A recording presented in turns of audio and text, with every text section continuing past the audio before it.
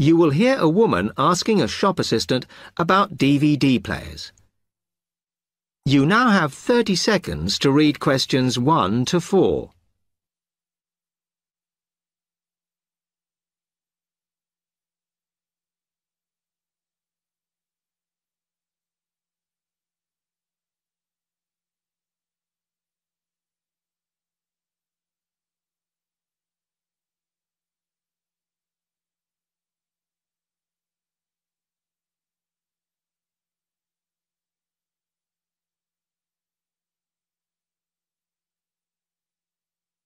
Hello, I'm interested in buying a DVD player. Can you help me, as I don't know very much about them?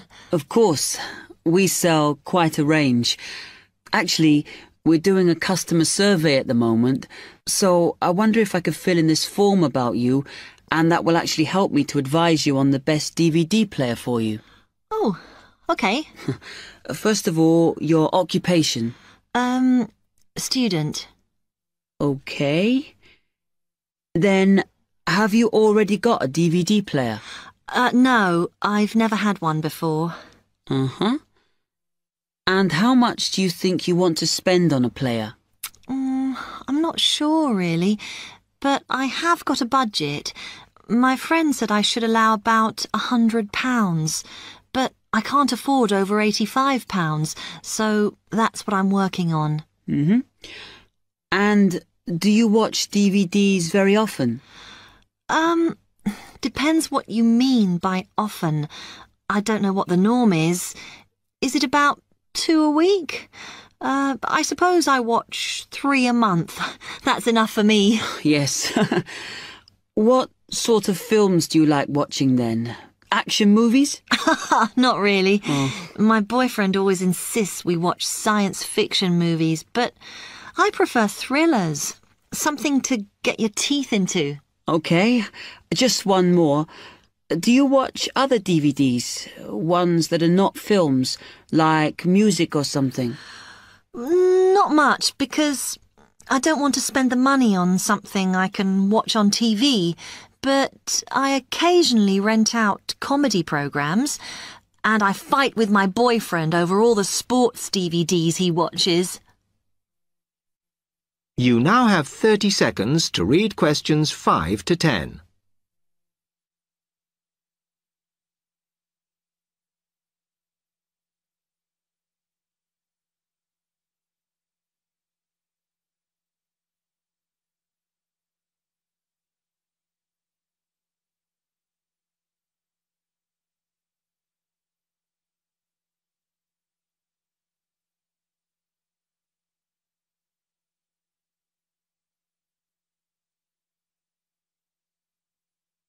Okay, let me explain a bit to you about the DVD players that are in your price range. First, there's the DB30, which has only got basic features, but it is a bargain at £69. Now, all the DVDs come with an after-sales service that starts when the guarantee runs out. As it's so cheap, the DB30 comes with a limited after-sales service, as it only includes parts. You would have to pay for most of the repair. Seems okay. Then, a slight grade up from that is the XL643. This comes with an additional feature in that it has an extra button allowing you to record. That's quite useful. Oh, yes. That would mean spending less on DVDs to watch. Yes, so you'd make the extra money back on it that it costs. Let me see how much it is. Yes, that one's actually reduced at the moment from £79 to £71.99. Oh. I think it's worth the extra myself. And is that the same level of after-sales service as the other one? Well, you get a bit more for your money because what we're offering is a discount on labour. So you don't pay the full price if you have to call an engineer out. I see. Then the last one is this Tri-X24.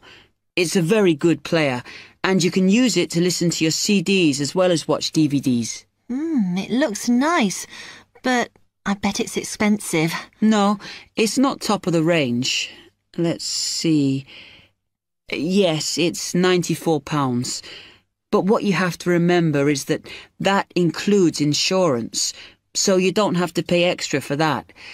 And it comes with a guarantee that's valid for 3 years, as opposed to the usual one. What do you think? Maybe.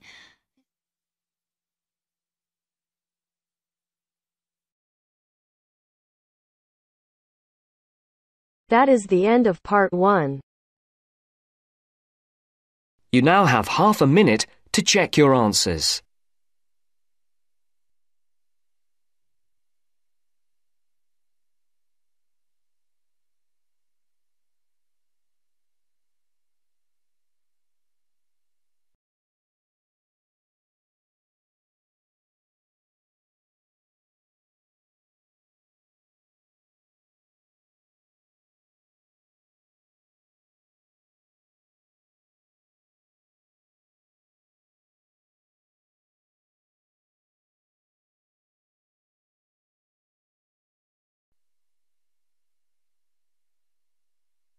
Now turns to part 2.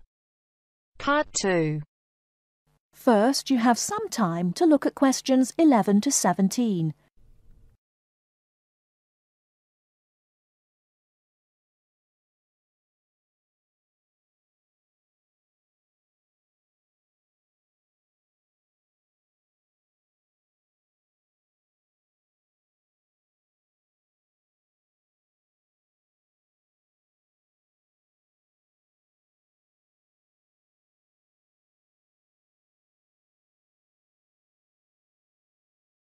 Now, listen carefully and answer questions 11 to 17. Hello, and thanks everyone for coming here today. I know it's always a bit stressful going for a job interview, but it's best to be prepared. For any of you who may not know me, my name is Fiona Ogilvie, and my job is to offer guidance and support for students with special needs. Now, you wouldn't be here today if you weren't interested in finding a job in the holidays. So let's get down to it and see what things you need to be looking out for. Most of you, I hope, will be applying for jobs with the companies that have been recommended by the university. The reason for this is that we here at the university already know these companies and have established good working relationships with them. I've also been to visit all of them and checked out the facilities they have to offer. You really need to make informed choices when you're looking for a job and make sure you know before you even get to the interview stage that your needs will be met. But I know that some of you are applying for jobs independently and have looked at companies outside the university recommended list. So for you, it's best to plan ahead and be aware of what it is you may need while you're working.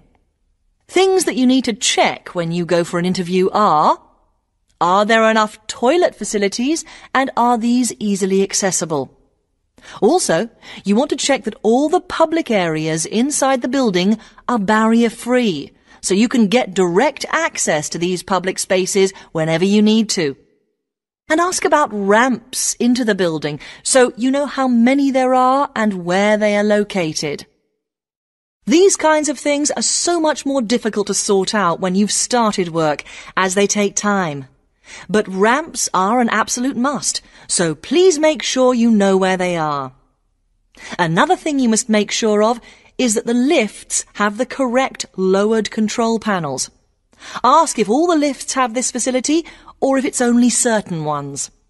Now, something I think that is often overlooked is working hours. What you want to make sure of is that you get flexi time. This basically means that your working hours are flexible and you can clock on and clock off in times that suit you. Within reason, of course. Most companies do recognise that it takes much longer for someone in a wheelchair to get on and off buses and trains. Public transport can take that much longer, so you need to be organised and prepared. And for those of you lucky enough to own a car, check how many disability parking spaces are available. Remember that it's your right to have a disabled parking space. These also need to be near enough to a wheelchair accessible entrance or ramp. OK, are there any questions before we move on? Before you hear the rest of the talk, you have some time to look at questions 18 to 20.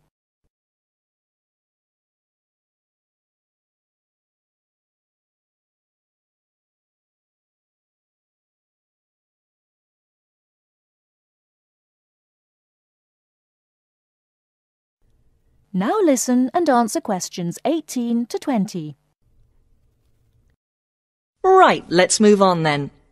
Now I want to talk you through the series of visits to companies which we've got planned for next week. On Monday morning, we will be visiting the Lowland Hotel. They have various summer jobs available, working as a receptionist or conference organiser in their busy conference centre, organising and setting up conferences. You need to be prepared for working in an office environment and spending quite a bit of time talking on the telephone. The bus leaves for the hotel at 9 a.m, so make sure you leave yourself plenty of time to get there. When you arrive at the hotel, please gather in the reception area and wait for someone to take you to your first session, which will be a talk. The talk at the hotel will begin at 10 a.m, and then there will be a short tour of the hotel. There will be a light lunch provided, which is usually salads and sandwiches. The next place we'll be visiting will be on Tuesday afternoon. We'll be going to visit a little local company that makes handmade paper and cards. For those of you studying art, this may be just what you're looking for.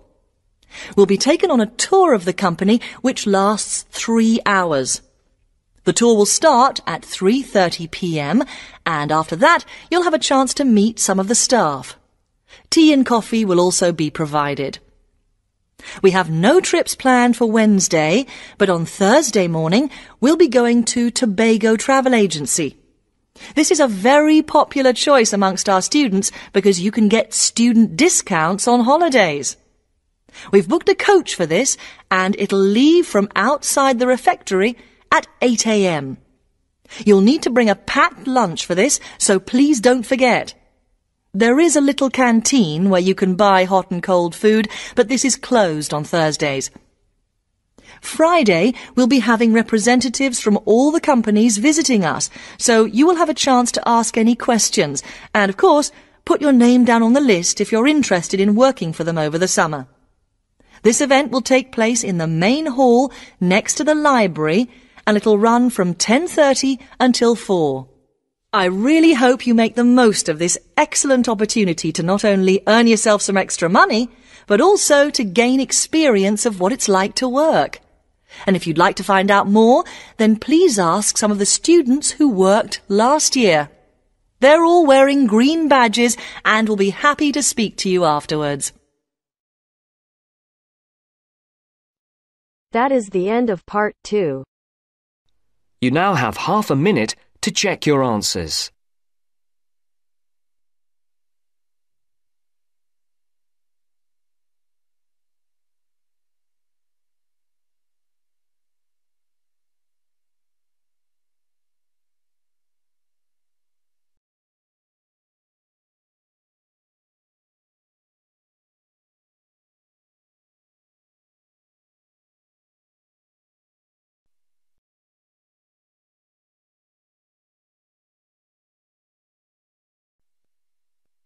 Now turns to part 3. Part 3. You will hear a student, Penny, talking to 2 friends, Ray and Louise, about a television competition Ray has entered called Travel Documentary. Before you hear the conversation, you have some time to look at questions 21 to 26.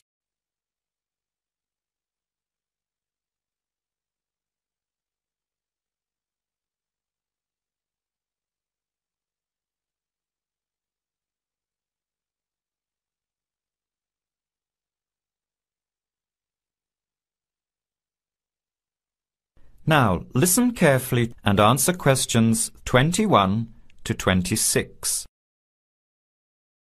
Hi, haven't seen you two in ages. What have you been up to? Hi, Penny. Ray is really excited. He's just been shortlisted for travel documentary. He could be off travelling around the world for 3 months. Travel documentary? What's that? You've never heard of it? Don't you watch TV? Well, actually, no, hardly ever. Especially since I've started working on my thesis. I don't have time to breathe, let alone watch TV. So what's this all about, Ray? Well, actually, it's a competition run by public TV. It involves my two great loves, travel and filmmaking. Is it that program where people are sent around the world making documentary videos? I have heard of it. Fantastic! So you've been chosen? Not yet. I'm one of 34 selected for an interview next week, so I've made it through the first cut. Yeah, there were over 200 applicants from around the country. Pretty amazing, hey? Well, I've been lucky so far. What's the next stage? 13 are chosen from the interview to do a 4-week training course in documentary filmmaking.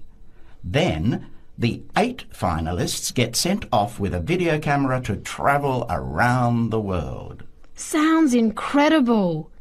What's the catch? The catch is that every 2 weeks you have to send in a 10-minute video from a different part of the world.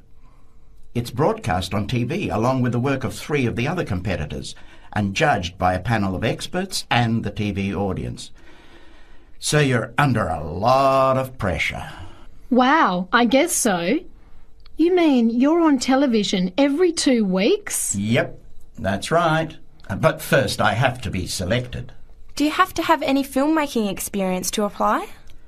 Some background in photography or video making helps, but you're not supposed to be an expert. In fact, you can't apply if you've already worked in filmmaking. We all get the same 4-week course, so we start with the same skills. Can you go anywhere in the world you want? Each competitor makes up his or her own travel plans and has to get them approved. Before the conversation continues, you have some time to look at questions 27 to 30.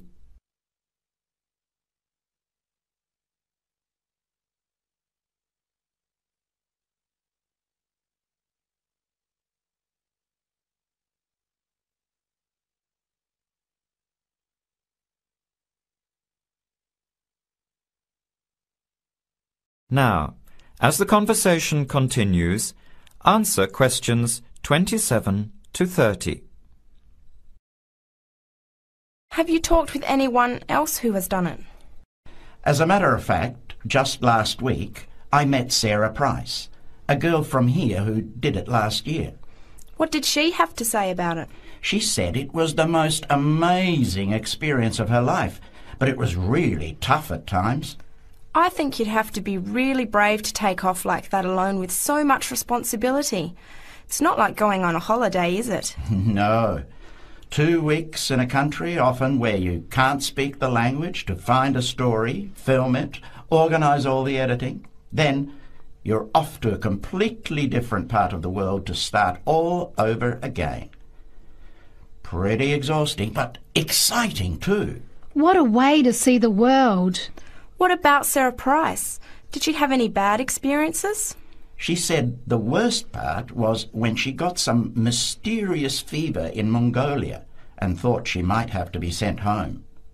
Fortunately, it got better, but she said it was scary to feel really ill when you're alone so far away. So what made you want to apply? When I saw the program on TV a while ago, I thought, this is for me. I've always wanted to travel, but needed to work for a year before I could even think about it. Then a new series started up. I thought, now's my chance. Don't you think you'll be lonely? I don't think I'll have time to be homesick. I'm more worried about having too much to do and not enough time to get things organised. So we might be watching you on television in the next few months. I hope so, if I'm lucky. When will you know for sure? They choose the final 8 in March. A month later, you're on your way. So do you have to pay anything? Nothing. It's all paid for. Course, camera, flights, accommodation and in-country travel. The budget is pretty tight though. No extras. I sure hope you get it. Then I'll be finding time to watch at least one program on television every week. That is the end of part 3. You now have half a minute to check your answers.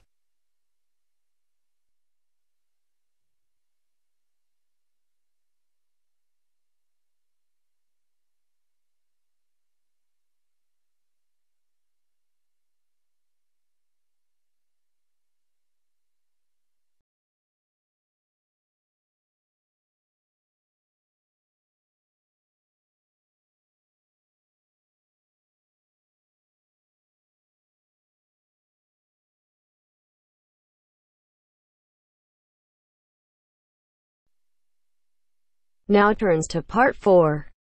Part 4. Now listen to the second part of the lecture. As you listen, complete the notes below. First, you have some time to look at questions 31 to 40.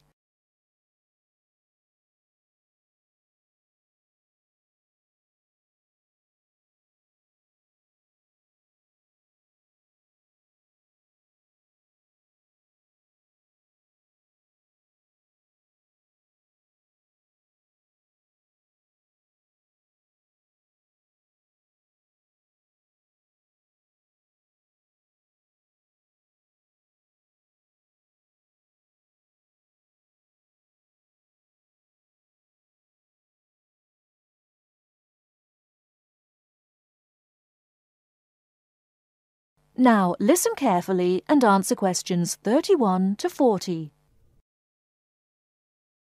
Now let's turn to shopping, which may interest you more.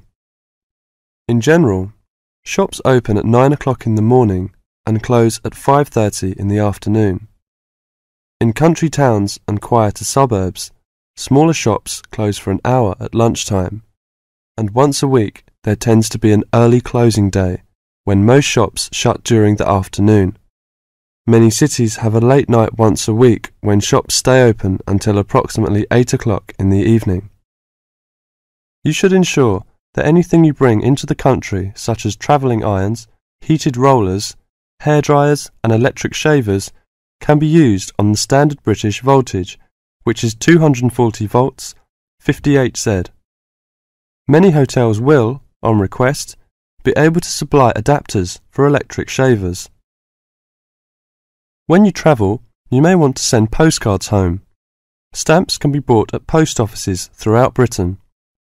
They are open from 9 o'clock to 5:30 Monday to Friday, and until 12:30 on Saturday. Stamps can also be bought at postal centre stamp dispensers, at large stores and major tourist attractions. For posting letters, you don't have to go far before finding a red painted letterbox. Alternatively, use the letterboxes at post offices. You may ask how much to tip in hotels and how much it is for a taxi.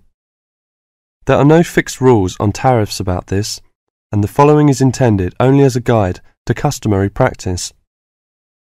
Most hotel bills include a service charge, usually 10 to 12%, but in some larger hotels 15%. Where a service charge is not included, it is customary to divide 10 to 15% of the bill among the staff who have given good service. In restaurants, if a service charge is not included in the bill, then 10 to 15% is usually left for the waiter. For porters, we usually give 30p to 50p per suitcase. For taxis, 10 to 15% of the fare. Hairdressers, £2 according to how much work they have done, plus 50p to the assistant who washed your hair. If you drive in Britain, you should remember to drive on the left and overtake on the right. The wearing of seatbelts is compulsory for the driver and front seat passengers. Now let's talk about full details of Britain's road regulations. A copy of the Highway Code can be obtained from offices of the Automobile Association AA or Royal Automobile Club RAC at most ports of entry. These two motoring organisations can also provide plenty of helpful information to all motorists. Contact AA. Telephone is 01 854 7373, 24-hour service. RAC telephone is 0304 204 256, 24-hour service. For something more serious, telephone operators will give you the telephone number and address of a local doctor's surgery. Alternatively, you can go to the casualty department of any general hospital or, in the case of severe emergency, dial 999. 999 is free. Remember, unless you belong to a European Community country or one with which the UK has reciprocal health arrangements, you will be charged for the full cost of medical treatment in Britain, except in the case of accidents or emergencies requiring outpatients treatments only. It would therefore be wise to take out full medical insurance before leaving home. That is the end of part 4. You now have half a minute to check your answers.